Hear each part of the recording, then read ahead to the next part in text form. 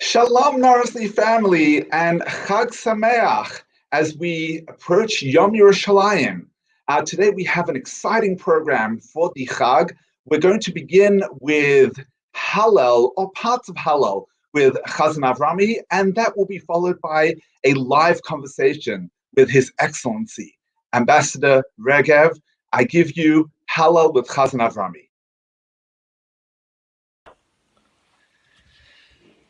Erev Yom Yerushalayim Sameach to everyone. Here is a bit of Hallel Songs of Praise. Yevarech et Beit Yisrael, Yevarech et Beit Aaron, Yevarech Yirei Adonai, Hakatanim Mimandolim, Yosef Adonai Aleichem, Aleichem Be'al B'neichem, Beruchim Atem L'Adonai, Oseh Shamayim Ba'aretz, HaShamayim Shamayim L'Adonai, Ve'aretz Natan Limnei Adam, Lo Ametim Ya'alleluya, Ve'lo Kol Yoredei Duma, V'anachnu Nevarech Ya, Me'ata Ve'ad Olam, Me'ata Ve'ad Olam, Hallelujah. Lecha ezbach, zebach toda, uveshem Adonai ekra nedarai l'Adonai, ashalei negdana lechol ha'amot, b'chatzerot beit Adonai, betochechi Yerushalayim, betochechi Yerushalayim. Hallelujah.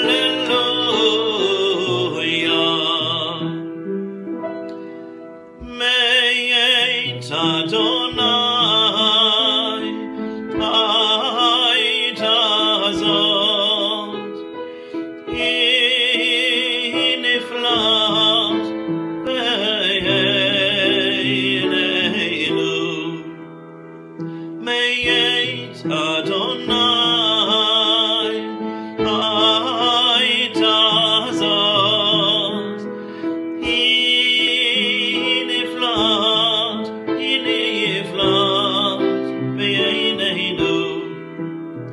Zeh hayom asa Adonai, nagila v'nismecha bo. Zeh hayom asa Adonai, nagila v'nismecha bo.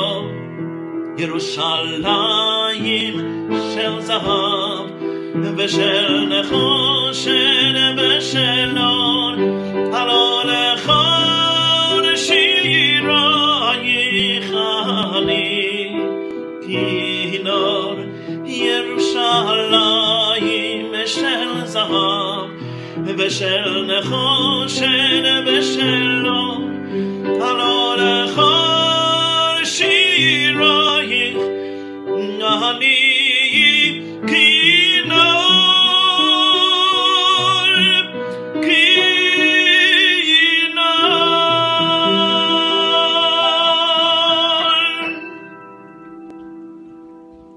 Yerushalayim shel zahav, Yerushalayim, Yom Yerushalayim Sameach to you all.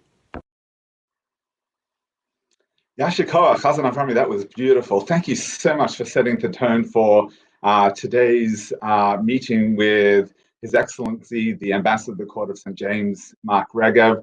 It's an honor to have the Ambassador with us.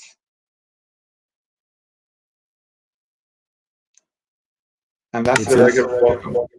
Thank you. It's an honor to be with you and with the congregation on such an important day. Thank you for having me. Thank you, and to give of your time on this important day and the approach to this important day, we are truly honored. Just to lay out what we're going to do today, you and I will have a conversation, but certainly we are directly on our Facebook Live stream, and we invite members of the community to submit questions, which you and I will see, and I'll be able to address to you. But I think back to the last time you were here at Hampstead Garden Suburb Synagogue. We sat next to one another as you addressed the Peace of Mind veterans. And it was such a different life back then. We were talking about what we could do to honor you as you reach the conclusion of your ambassadorship here in the UK, for the years of outstanding work that you've done for UK-Israel relations. Thank you so much for that. And who would imagine that these final few months would look the way they have. So I want to take this opportunity, Mr. Ambassador, to invite you now to be our guest of honor at HGSS. Please God, sometime, maybe next year, we'll have you back. We'll honor you properly for the incredible work that you've done for UK-Israel relations, and give you the honor that you deserve. That's very kind of you. That's very kind of you. It is unnecessary, but thank you very, very, very much. Thank you. So tell me, how are Mary and the kids doing? You have two of them in Israel, one of them here, right? Correct. My two older children in Israel, they're both doing fine. My daughter is a student, a law student at the Hebrew University in Jerusalem, and she's doing well. She's been learning online now for a few months, and I think they're starting to go back physically, but I'm not sure it's happened yet. I know they're talking about it, but she says because it's the law school, they're doing everything online. She's got exams. Whenever I ring her to say hello, she says I'm studying for an exam or something. So I know that's working. Right. My oldest son, who's in Israel, he lives in the center of the country. And he works at Intel, the big American firm. And because it's a big firm, he's been working from home now, I think, almost since before Passover. So that's 2-3 months now already. They've been very, very good with their employees, making sure that everyone's safe. And so both my older children are doing fine. And my younger son is here with us in London, and he'll be returning with the rest of us in the summer when we finish our Shlichut here, when we finish our term of office here in London. Has he done A-levels here? Yes, he finished his high school here, and he'll be returning to Israel for national service. Wow, well, I'm sure it'll be wonderful to be back reunited as a family living in Israel together. That's fabulous. It's fabulous. But things aren't easy in terms of getting around going forward. I know as a fellow former Aussie, it's hard when we think about travel in the near future. How often do you go to Australia, visit your family, or do they tend to come to Israel? So they used to come to Israel and visit me a lot, and then my parents got older and it became more difficult for them to make the long trip. Right. And so I started going once a year to Australia. And I'll tell you a story about the trip I did not this year when I went to visit my mother. But the year before that, for the first time in my life, I flew over Arab airspace. And it's a personal story, but it tells a larger picture. If you can think of the map of the world, and if you're flying from Israel to Australia, you're flying east and then south, correct? You fly to Asia and then you go down to Australia. And always when I used to fly from Israel, because you couldn't fly the direct route, so to speak, you always flew west over the Mediterranean. And then depending on how you were flying, you'd either go north through Turkey and Russia, and then you turn south. Or you'd go south over Africa, and then you'd turn east over Ethiopia, And it added like another hour and a half to the travel time to Australia, which is a long flight anyway. It's a very long flight, as you know. Right. And for the first time in my life in 2018, I did my yearly trip to visit my mother, and I flew over Arab airspace. I flew over Jordan, then Saudi Arabia, and then Oman. And which airline? This is new. In the past, aircraft taking off from Ben Gurion Airport could not fly over Arab airspace for all sorts of political reasons. That has now changed. Amazing, amazing. And that is a sign of the new relations Incredible that we have with the Arab world. So many countries in the region that used to see Israel as an enemy, that used to be hostile to Israel, are now open to different levels of relationships with Israel, to different levels of cooperation. But it's an amazing change.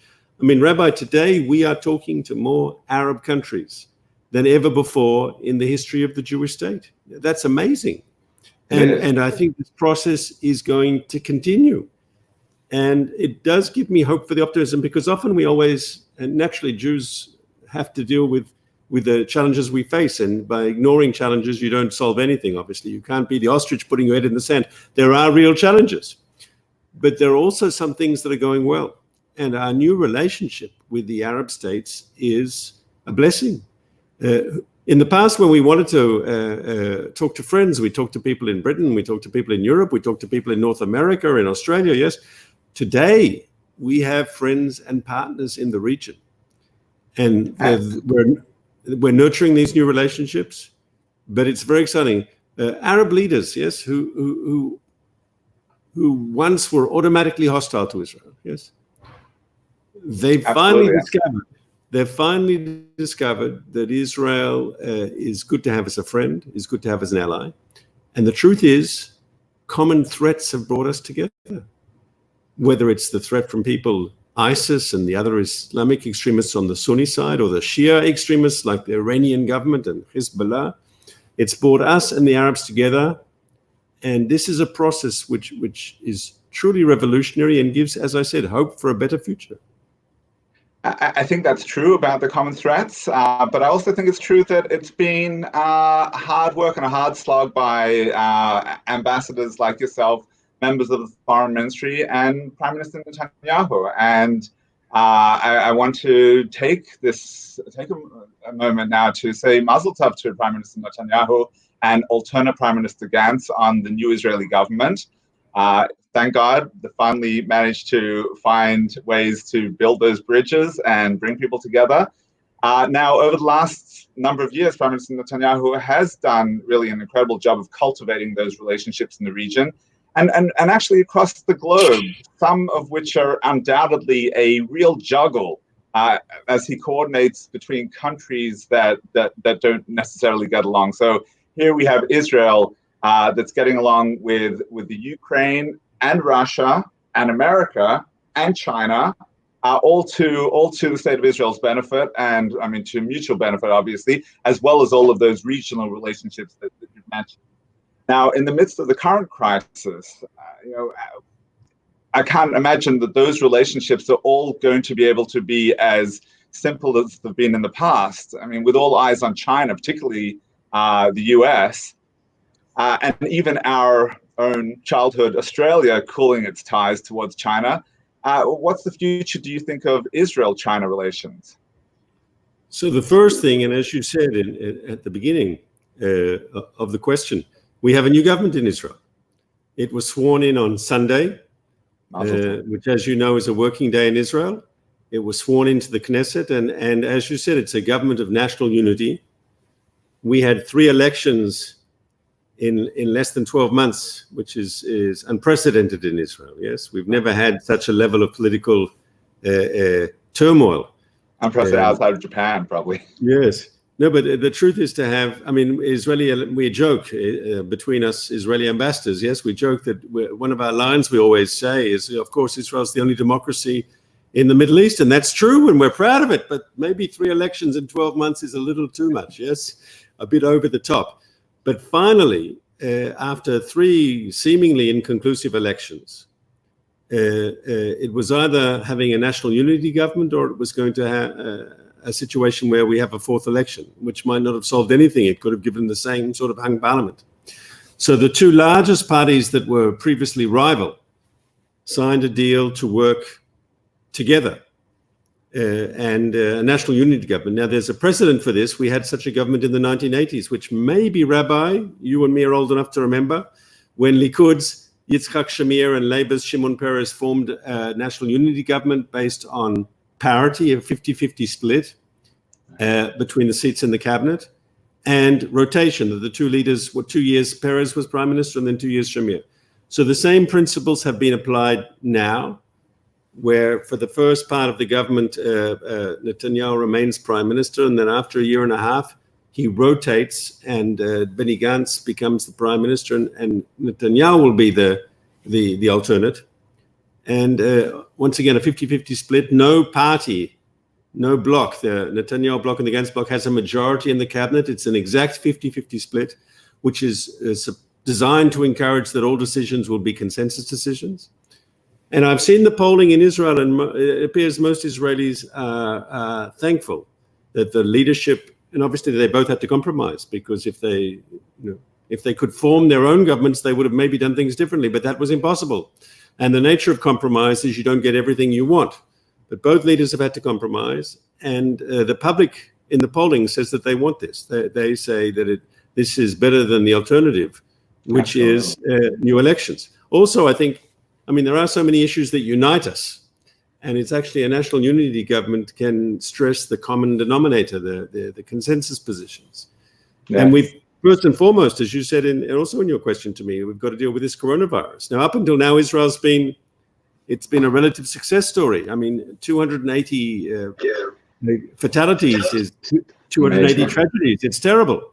I mean, every life lost is a tragedy. But by comparative terms, we've kept the fatality rate in Israel very, very low. In fact, the statistic that I think is most astounding is there are 9 million Israelis, and there's maybe up to 300,000 British Jews.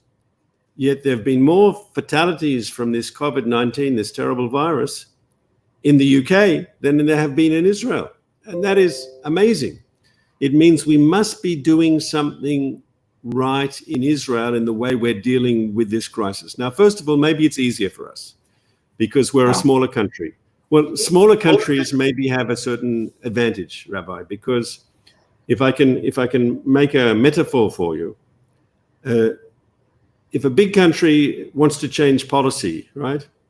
When you turn to change policy, it's like a huge ocean liner. And as you can turn in a slow arc. If you're a small country like Israel or New Zealand, you're like a speedboat, yes, and you can flip very quickly. Right. It gives us an advantage. Right. I think another advantage that we had coming into this crisis is that we've had a lot of experience in Israel in dealing with crises. Yes, usually it's a national security crisis. Yes, terrorist bombings or rockets coming in from Lebanon or fighting on the border with Gaza. Yes, but we have in our government system, we have crisis management and crisis decision making. And though this is not a national security crisis in the traditional sense, this is a health crisis, a medical crisis, maybe the government in Israel is more used to dealing with crisis situations and is better at or more experienced at decision-making in a crisis. Just as some of the countries in East Asia who had the SARS virus a few years ago, maybe that helped them deal with the current crisis because they had some experience. Though the truth is, Rabbi, we're all learning on the job here. There's not like that there was a plan in someone's desk what to do when coronavirus breaks out. Yes, we're all learning on the job. But Israel was very, very, very, very robust from the very beginning. I'll even share a story with you. At the beginning of this crisis, it would have been in February or at the very beginning of March, my counterpart in Seoul, South Korea, was called into the Korean Foreign Ministry for what we call in diplomatic terms, he was given a talking down to, yes, no, you were, because Israel at the time had stopped flights from Korea. And the Koreans said to my counterpart, to the Israeli ambassador there, They said, why are you doing this? We're friendly countries. We've got good relationships. We're allies. We're partners. Why are you doing this unfriendly act towards us by barring flights from Korea? And I think shortly afterwards they understood. Absolutely. And it's no doubt that we were quick in taking the necessary steps to keep our people safe. Now, there's been a terrible price. I remember over Passover, Pesach, how many people rang me and they said we were planning to go to Israel and we can't, yes. Even now in Shavuot, the skies are still closed. Hopefully sometime in the summer they'll open again, yes, but there's been a price with people who wanted to visit. At the moment, the rules are, there are exceptions, yes, but non-Israelis can't visit Israel. Regular tourism is off. Right. And even Israelis who return home have to go 2 weeks into quarantine. And so the hotel industry, the tourist industry, they're all, the aircraft, airplane companies, there's a real, I mean, we've really gone above and beyond to try to keep people healthy and to save lives. But there's definitely severe economic implications, social implications, which we now have to start dealing with. Right. I mean, absolutely. I see there's a question here on the chat, and I was going to get to it a little later, but now that you have brought up the travel back and forth, and as you know, British Jews constantly traveling back and forth to Israel. Vicky Harris asks the question: When will we be able to visit our children who live in Israel while staying in a hotel, as our son doesn't have accommodation for us? One thinks about the issues of quarantine coming in to either country. I know so many members of our community have second homes in Israel that they're just not getting to. How do you see this playing out over the next little while, months, maybe even years ahead? How will things change? So Vicky is, of course, right to raise the issue. I was talking to some leaders here of the community about all these, you have a tradition in this country where at the end of 10th year in high school, literally hundreds, if not thousands of young Jews go to visit Israel on tour. And that had to be canceled this year. And does that mean those young people are never going to go? Or does that mean we have to find a way to compensate them and maybe they go next year or something? But there are whole issues that stem from this, from the issue that the skies have been closed. And what is amazing, Rabbi, if you think about it, during the most difficult times, the Yom Kippur War, the fighting that we had in Gaza or in Lebanon, the skies were open. People were visiting. I did a ceremony here at the embassy a while back for British Jews who volunteered to come to Israel to help out in the 1967 Six-Day War. Wow. Because as you know, they called up the reserves quite early, and all the fruit was rotting on the trees, and a whole group of British people came to Israel, mainly to go to the kibbutzim to help replace manpower that was called up. And so this is almost unprecedented, because in past crises, I should say, yes, in past crises, there were always people coming and going. And this is the first time we've actually closed down the airspace. Now, Vicky, to answer your question, we've started a process now in Israel of slowly opening things up. Schools are getting back to normal slowly, universities, businesses, because we have managed to keep our fatalities low, and the spread of the infection has really been kept under control. So we're now in a new stage where we're opening up. We are very, very aware that if we open up maybe too quickly, everyone's afraid of a second outbreak. And it's not just Israel, other countries as well. So we're doing it very measured and incrementally, and careful steps. And where the direction of travel is to return to normal. How long will that take? It will depend upon the disease. Does it come back? Does it not come back? And I hope that by the summer, we'll be back to people who want to travel and can visit, can do so. But I can't promise you that will be the case. Just a few days ago, the Israeli government reimposed the travel ban on non-Israelis for another 2 weeks, 15 days to be precise. And but is it possible by the time we get to July, August, that won't be the case? It's possible.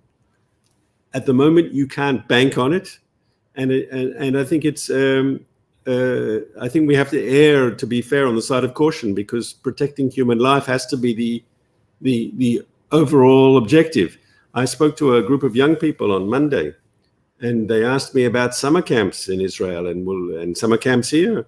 And there's one group that every year has literally under almost 160 young Israeli campers come to do camping with Jewish campers here. And they asked me, will the Israelis be coming? And I said, I can't answer that question. I'd like them to be able to come.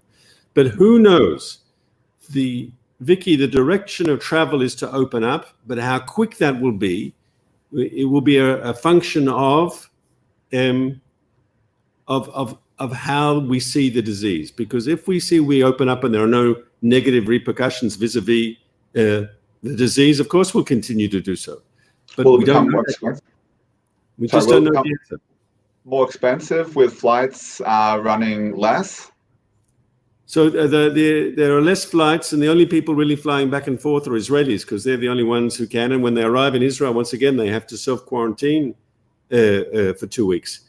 But I see there are much less flights. I mean, the truth is, and we all know this, that the London-Tel Aviv route there were almost, I think, a dozen flights a day. I mean, you had El Al and the British, the two national carriers, and then you had the budget carriers. You had Wizz Air and EasyJet and even Ryan was doing some flights. And now last year, for the first time, Virgin Atlantic started flying. And whenever I flew, the planes were always full. Yes, I didn't see a lot of empty planes. Like, there's a lot of traffic on the Tel Aviv London route. And now it actually stopped for a while. Now there are some flights have started again.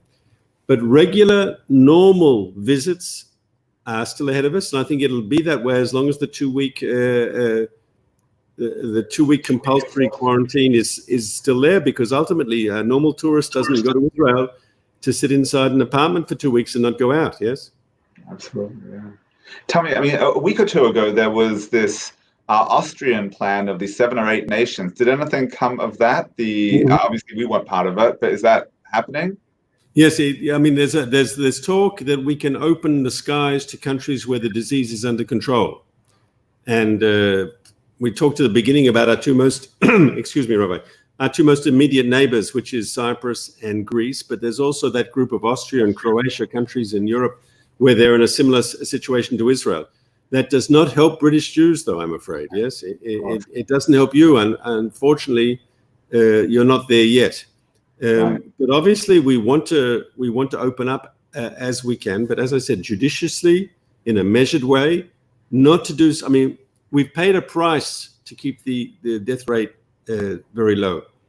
It'd be irresponsible now to take steps that would just have it come back and we'd see more spreading of the disease. We've got to do it carefully.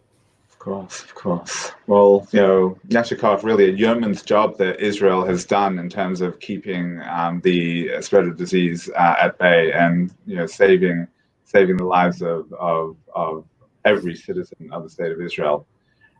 Let's turn to some of the really tough questions. Let's talk annexation. We have a new government in place that has said that it will be in conversation, at least, with the Trump plan. And today you have an excellent piece in the JC. So let's talk about annexation. In today's Jewish Chronicle, you mentioned the Alon plan, which has been around for decades and calls for keeping the Jordan Valley as an integral part of the state of Israel. Now, here's my question. If the Jordan Valley is so important, why hasn't it been annexed until now? Is it less vital than so-called, or formerly called, East Jerusalem or the Golan Heights? What's taken so long? And if it's lasted this long, is it a must? So first of all, I think we should separate Jerusalem from the rest. Okay. It is Yom Yerushalayim, and we'll probably talk about that later. But Jerusalem is a special category. Okay. Look, the Jordan Valley is that strategically important piece of land from the Sea of Galilee down to the Dead Sea, which is immediately to the west of the river. And in Israeli defense thinking, it was always thought, as you say, going back to the 1960s, that Israel remained in control of that area as part of any security. And as you correctly said, Rabbi, it didn't start as a Netanyahu Likud idea. It started under the Labour Party. It started, as you said, under the Alon Plan in the governments of Golda Meir and Levi Eshkol. The idea is, if we want to make compromises for peace, nevertheless, peace to endure has to be based on ironclad security arrangements. And those security arrangements demand an ability to be able to defend yourself, and keeping control of the Jordan Valley was seen as vital. For many British people, this can seem strange, because they will think, well, of course, if you've got peace, then you don't need to defend yourselves. You don't need security arrangements because you have peace. And on the face of that, of course, Rabbi, that sounds very logical. But unfortunately, that's not the reality. If tomorrow, magically, Israel and the Palestinian Authority were to sign a historic peace agreement, yes, and people around the world, including here in Britain, would clap hands and say, wonderful, the Israeli and the Palestinians have finally reached a peace agreement. So would Hamas accept that? Would Islamic Jihad accept that? Would Hezbollah accept that? Would Assad in Syria accept that? Would the Muslim Brotherhood accept that? Would the Iranians accept it? And of course, the answer is no, no, no, no, and no. And we know from past experience that actually when you move forward in peace, the groups that are most opposed to peace can actually escalate their violence. One of the worst periods of suicide bombing, where we literally lost hundreds of people, started immediately after the Oslo process, where Hamas did terrible suicide bombings, precisely at a time when Israel was pulling out of cities. And that was because they said, we want to destroy the peace. So a peace that cannot be defended will not endure. But I'll say something else as well, with your permission. It's not just that we have to be able to defend the peace with ironclad security arrangements. We have to be able to defend Israel if the peace falls apart. And so if you're ever going to have an agreement that works, the peace and the security have to be together. It's not peace or security. They have to be together. If you try to isolate them, it won't work. You have to have them together. And so that was what we liked about the Trump plan, the American plan, because we felt for the very, very first time an international plan took very seriously Israel's legitimate security concerns. And that's why, though we haven't signed on the bottom line, yes, we weren't asked to, we've accepted the Trump plan as a basis for talks. Right. The Palestinians rejected it, to be frank, they rejected it before it was even launched, yes. I hope they change their minds. We're ready for talks. Unfortunately, there's from the point of view of the Palestinian people, there's a consistent pattern of behavior from the Palestinian leadership, which is to reject negotiations and to reject a compromise, going back to when the British still had the mandate, yes, and there were the first proposals put on the table for partition, rejected by the Palestinian leadership at the time. Then the UN proposal in 1947 for partition, rejected by the Palestinian leadership and by the Arab world. And after 1967, we had the three famous no's of Khartoum, yes?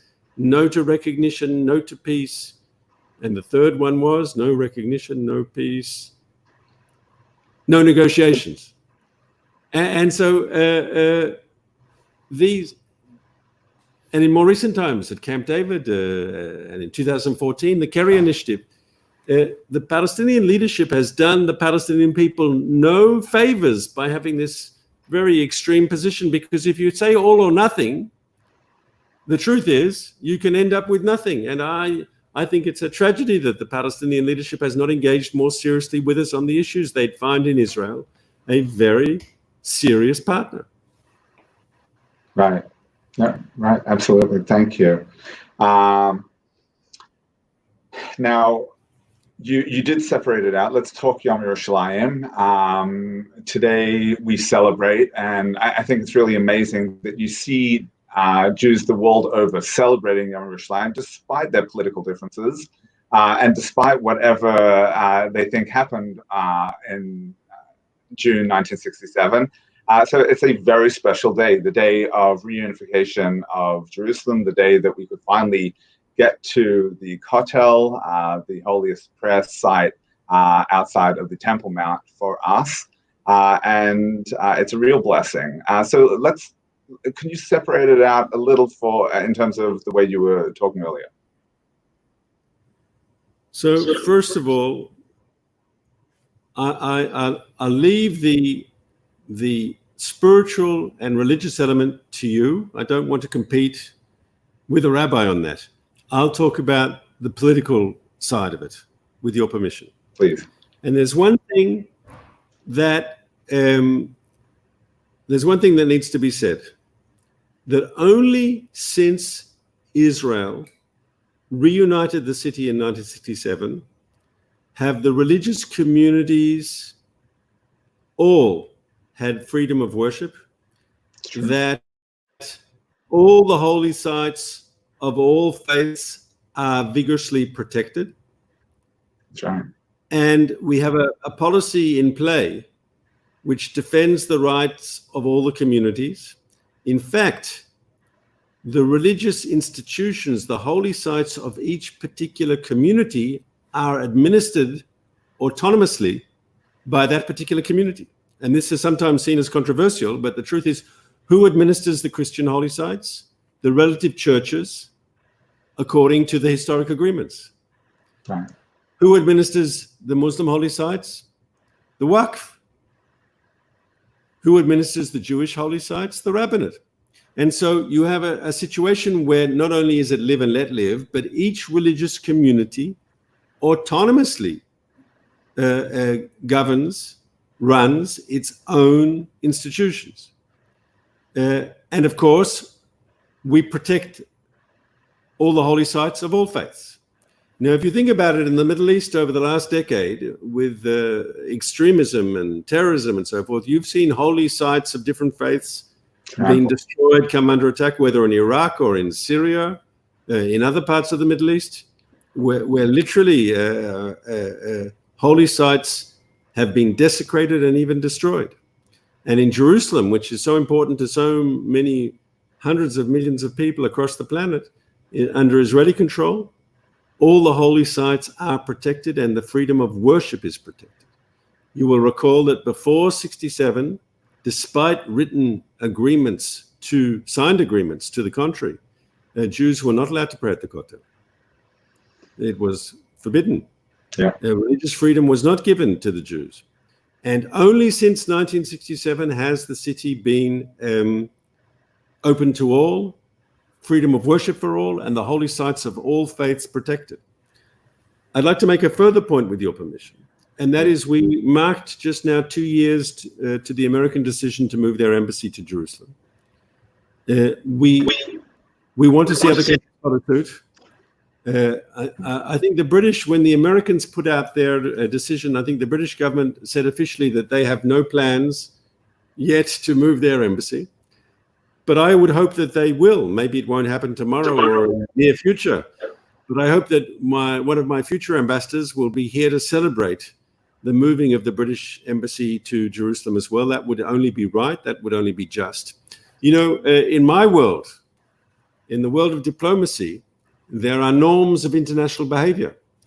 And one of those norms is that every country gets to choose its own capital city. And the rest of the international community recognize the right of that country to choose its capital city.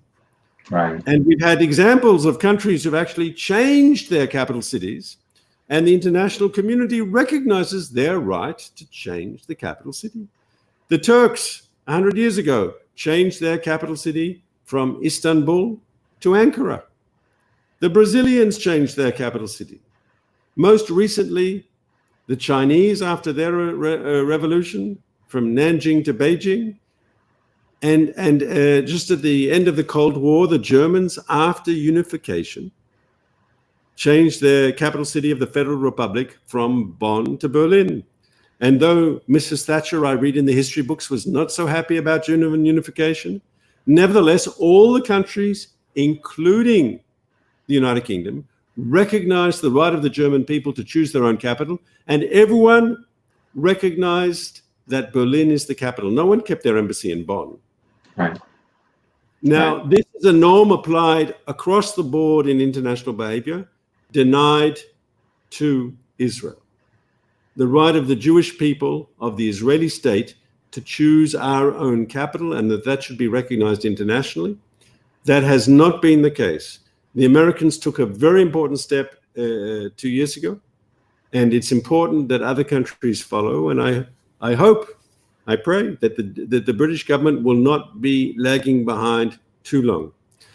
Even if you take a United Nations sort of logic, right, which I don't accept, but let's say, which the United Nations sort of logic is that everything over the 67 borders is not Israel, right? And it is legitimate Israel is only inside 67. So Jerusalem was Israel's capital before 67. Jerusalem, the Knesset, the Supreme Court, the government structures were all in Jerusalem before 67. Why can't you recognize that, even according to UN logic? There really is no good reason why countries shouldn't have their embassies in Jerusalem. That has been my failure. I haven't succeeded in convincing the British government. I know that when Jewish leaders meet people who run British government, they raise this issue. It's important. It's important that the issue be raised, and it will happen one day. It will happen one day. Amen. I mean, well, Prime Minister Johnson did tell us that he's a passionate Zionist. So please God, sooner than later. Now, Ambassador Regev, you grew up in Havonim, you lived on kibbutz, you worked for the Olmert government, and then Likud. I want to turn to questions of various political opinions that we've been discussing, particularly over the last few weeks here in this country.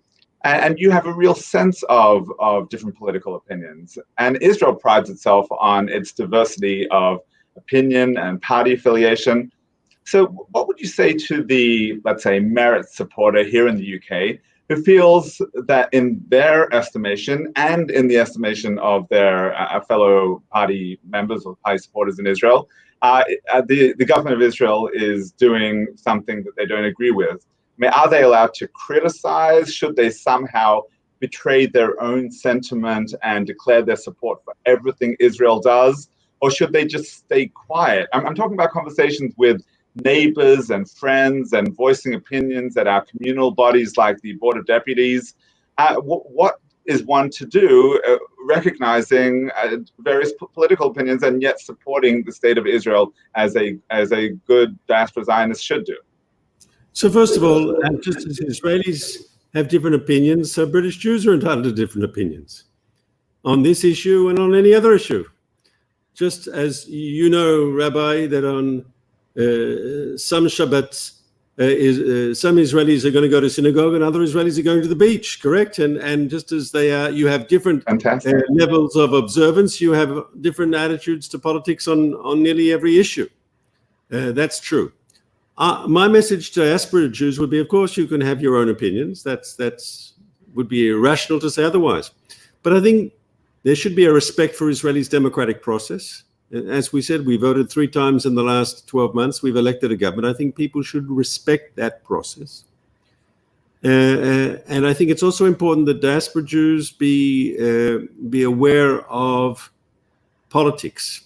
There are some people in this country, some of them are in parliament, some of them are in other places, who are not in favor of a strong, robust Israel-UK relationship.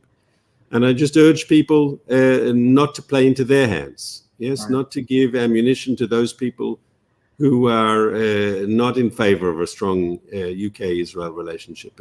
Inadvertently, you wouldn't want to see people from the Jewish community play into that sort of scenario. I'll tell you, you asked about me personally, yes, and I say this when I speak to people who are critical of the Israeli government, especially young people. I say, look, when I made Aliyah in 1982, I remember I was so happy when I got my Taudat Zot, my ID card, because I said, I'm now going to vote the current government out of office. Yes.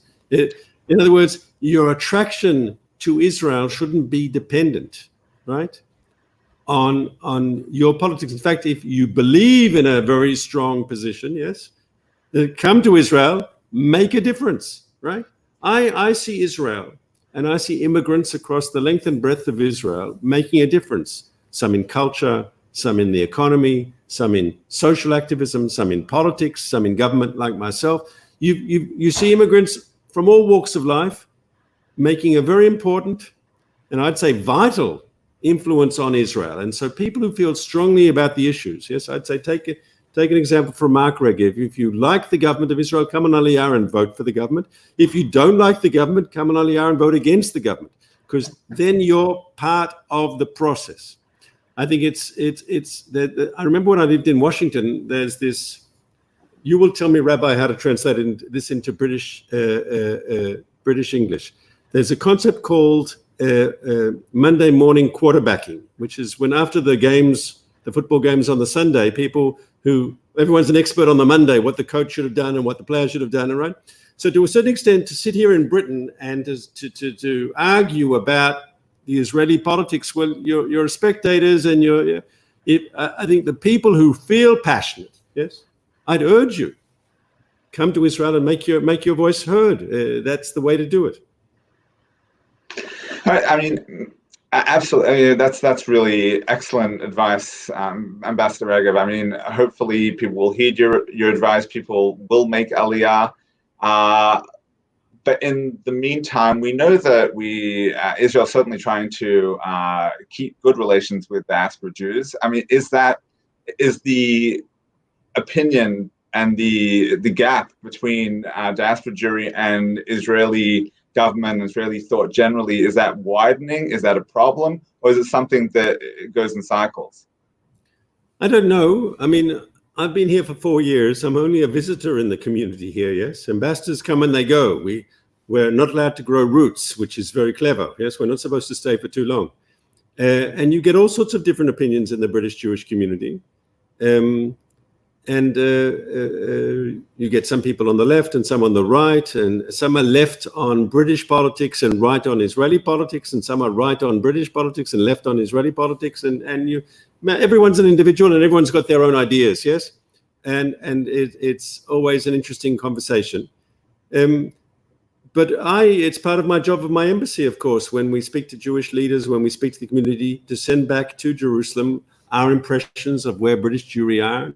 If British Jewry feels strongly on a particular issue, we send that report back to Jerusalem. That's our job. That's one of the things the embassy does. Ultimately, I joke, yes, my title is I'm the ambassador of Israel to the Court of St. James, and obviously a lot of my time is with government officials, with Number 10, with the Foreign Office, going to Parliament. But I'm also the ambassador to the UK Jewish community, and I take that part of my job very, very seriously. And to be frank, Rabbi, that's to all aspects of the community, yes? Not just to your synagogue. Though I like your synagogue. I remember when we were there, as you said, when you hosted those Peace of Mind group, I was very impressed. Right? That was a lovely thing to do. And I praise the synagogue, and I particularly praise the families who hosted the soldiers in their houses. It was a wonderful thing to do, really wonderful thing to do. But obviously with other synagogues in the framework of United Synagogue, and of course I go to the other streams. It's my job to be connected to the Jewish community, to understand the Jewish community, and to report back to Jerusalem and to have a dialogue. Right. I'm going to paraphrase a question that's come in on our Facebook page from Samantha Rose, and I'm going to say it like this. There have been unproven allegations over the last few days about a cyber war between Israel and Iran. What we do know is that the IDF has a dedicated cyber protection unit. Could you tell us a little about what they do and what kind of threats Israel might be facing that we don't even know about? Who has asked this question? Well, the actual question says, please comment on the cyber attack this morning. And I've rephrased that to allegations and general talk of cyber warfare. So, Samantha, I'm not going to comment on anything specific. You're talking about, the question is asking about very sensitive national security issues. But the whole point of cyber defense is the new place where conflict is happening, yes? And the idea that you can attack a target without launching a missile or without sending your air force in, and you can destroy a city's ability to function through attacks online, that is a new frontier that we're all taking very, very seriously. And without going into details, one has to be able to defend oneself, but one also has to be able to deter an enemy from attacking you. It's not enough just to have good defenses. Your enemy has to understand that if he is going to attack you, he can pay a price. That's the whole concept of deterrence. And so it's important the enemy understands that not only can you defend yourself against cyber attacks by having very robust security and defense mechanisms, but the enemy believes that you have the ability to pay him back seriously. And that's important, and I don't think I should say anything more. Well, I want to thank you so much, Ambassador Regev, for your time today and your years of service to the state of Israel, and particularly over the last few years in the UK. Just before we end off, do you have any final thoughts that you want to share with the Amsterdam suburb community for Yom Yerushalayim or generally? So first of all, because I know the congregation relatively well, I want to say, first of all, thank you for what you do. As a congregation, what you do for the connection between the community and Israel. I know so many of you have got, as you said, Rabbi yourself, some houses in Israel, first-degree relatives in Israel, brothers, children. I think there's probably not a more Zionist congregation in the UK than yours, Rabbi, and that's to your credit in many ways. And so I thank you for that. You know, as ambassador, you go to different audiences. Yes, I sometimes go to audiences which are critical, and sometimes I go to audiences that are even hostile. I've been to some universities, and there was a whole big fight just to get me the right to speak there. And when I showed up to speak, there were literally hundreds of people outside with banners saying Regev should be not allowed to speak on campuses. And so when I come to your congregation, Rabbi, it's a pleasure. It's one of the nicer things that I do, and I thank you. When I will summarize, yes, my time here as ambassador, and I will shortly have to do so because I'll be returning, I will remember fondly my conversations and my visits to your congregation. And I will share one little secret, if I may, that of all this talk, especially this year, I happen to know that despite the fact that you have many, many years ago given up the need to celebrate second day Yom Tov, that you actually do second night Seder with a family here in this community. So we've made a difference in your family's stay here in England as well. So thank you so much, Ambassador Regev. We wish you Hatzlacha Rabbah in all your future endeavors and look forward to seeing you back here soon. Thank you very much for having me, Rabbi, and Chag Sameach for Yom Yerushalayim. Chag Sameach, thank you.